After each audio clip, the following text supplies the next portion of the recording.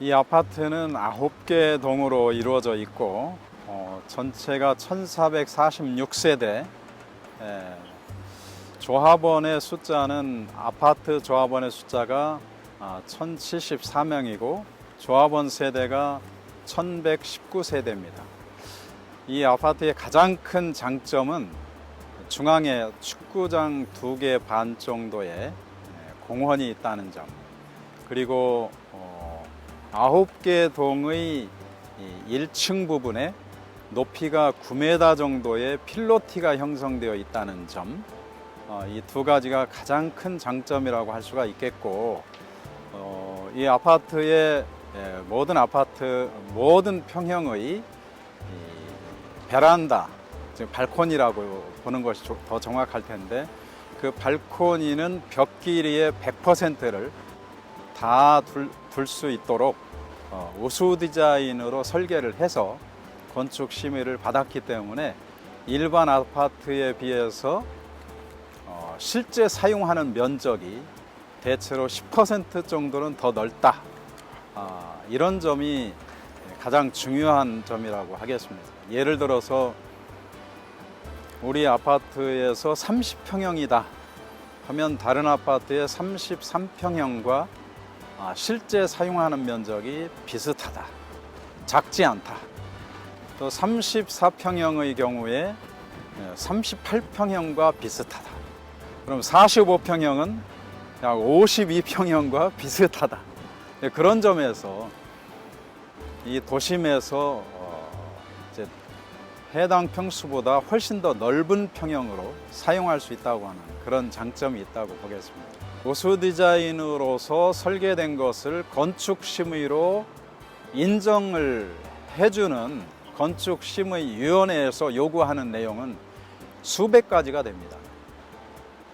예를 들면 좀 디테일한 얘기인데, 장수명 아파트여야 된다, 또 환경 친화적이어야 된다, 또 리모델링이 가능해야 된다, 또 주변 커뮤니티에 기여해야 된다, 주변 사회에 주변 사람들에게 그 어떠한 컨트리뷰션이 없이 우리만 좋은 아파트 안에서 산다고 해서 우수 디자인이 되는 게 아니에요. 그게 30%예요. 3분의 1이에요.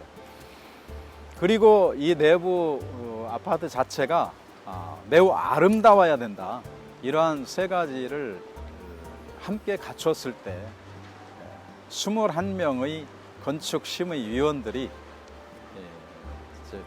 만장일치로 우수 디자인을 주기로 그렇게 결정을 했습니다. 원래 조합에서 선정한 설계 업체에서 설계한 원래의 안에는 지금 이쯤에 하나의 동이 더 있었습니다. 그래서 전체적으로 10개 동이었었는데 지금은 9개 동으로 줄었죠. 즉 여기쯤에 놓여 있는 동을 하나 들어서 나머지 동들에다가 붙여서 만들었다. 하나가 드러내니까 이 넓은 공간이 생긴 겁니다. 이제 드러내는 것은 쉽지 않은데 갖다 붙여서 만드는 데에는 굉장한 어려움이 있습니다. 왜냐하면 이 안에서 최대의 용적률을 확보해야 되거든요. 또 주변에 인근 도로라든가 단지 경계선이라든가 이런 것들하고 다 맞춰야 되고 하는 이런 모든 조건들을 갖추면서 중앙에 광장을 확보하는 것이 쉽지는 않았습니다. 저희 커뮤니티가 매우 특별하죠. 제가 생각하기에는 웬만한 호텔의 피트니스 센터라든가 카페라든가 이런 것보다 못하지 않은 그러한 수준의 커뮤니티를 만들었으면 좋겠다. 그것이 제 목표였습니다. 우리 커뮤니티의 전체 면적은 2,500평이고요. 여기에는 이제 중요한 시설들이 어떤 것들이 있냐면 수영장, 사우나 시설, 피트니스 센터, 그다음에 골프 연습실, 그다음에 개인 독서실. 개인이 혼자 들어가서 조용히 공부할 수 있는 공간이 70개 이상 만들어져 있고, 앞으로 약 30개 정도를 더 만들 예정입니다. 아주 환경이 좋은 그러한 학습 공간을 만들려고 합니다. 그리고 카페테리아가 상당히 수준 있는 카페테리아, 호텔의 로비에 있는 웬만한 카페테리아 못지않은 그러한 카페테리아가 있습니다. 그래서 전체적으로 물론 그 커뮤니티 내부에 게스트하우스도 준비되어 있고 커뮤니티의 시설로서 매우 특이하게 바라보는 것이 CGV 골드 클래스 영화관이 들어왔다고 하는 점. 여기에는 좌석이 26개인데 26개의 좌석이 비행기 퍼스트 클래스 수준의 좌석이고 음향이나 모든 조건들이 대단히 훌륭합니다.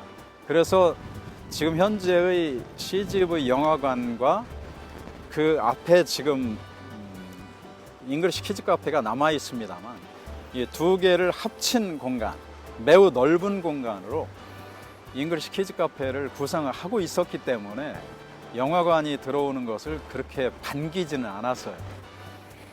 그런데 반복된 요구와 GS의 또 협조 요청 이런 것들을 통해서 이사님들의 의견을 한번 들어보자. 그랬더니 이사님들이 너무 좋아하시는 거야.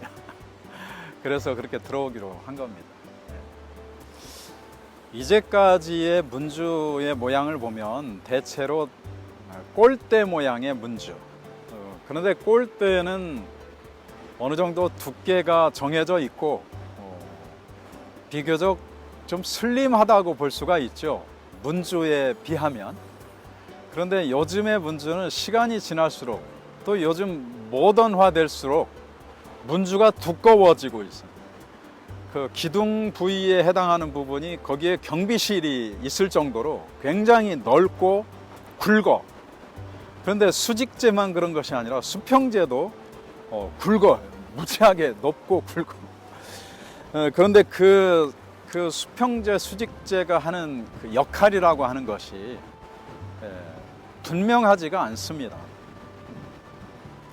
특히 그 수평재는 무슨 역할을 하는지 제가 볼 때는 아파트의 그 하이라이즈 빌딩, 즉 수직선으로 전반적인 미적 구성이라고 할까요? 그것이 수직선으로 대체로 이루어져 있는 아파트의 그 수직 라인을 사정없이 그 문주의 수평선이 잘라버리는 이런 역할을 하는 건 아닌가 하는 생각이 들 정도로 저는 그것이 호감이 가지 않습니다.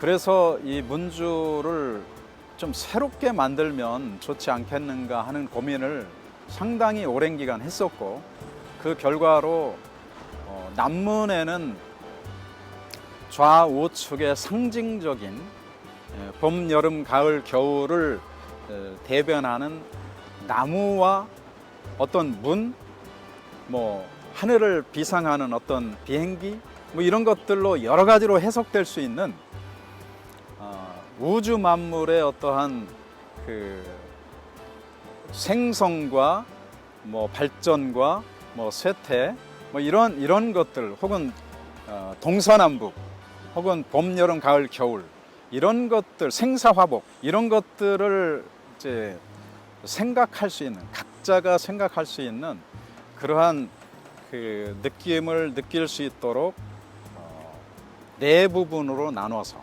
크게는 두 개로, 그리고 부분적으로는 네 부분으로 나눠서 사계절을 표현하는 스테인레스 조형물을 만들었다는 점, 이것이 이제 남문입니다.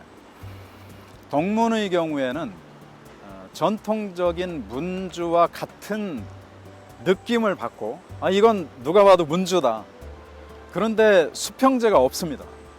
수평재가 없이 누가 봐도 문주라고 느낄 수 있는 문주 대체 조형물을 만든 겁니다. 이걸 바라보고 있으면 좋다라는 느낌이 들게끔 만들어 봤습니다. 조명이 들어간 상태에서 보시게 되면 상당히 아름다울 것이라고 생각합니다.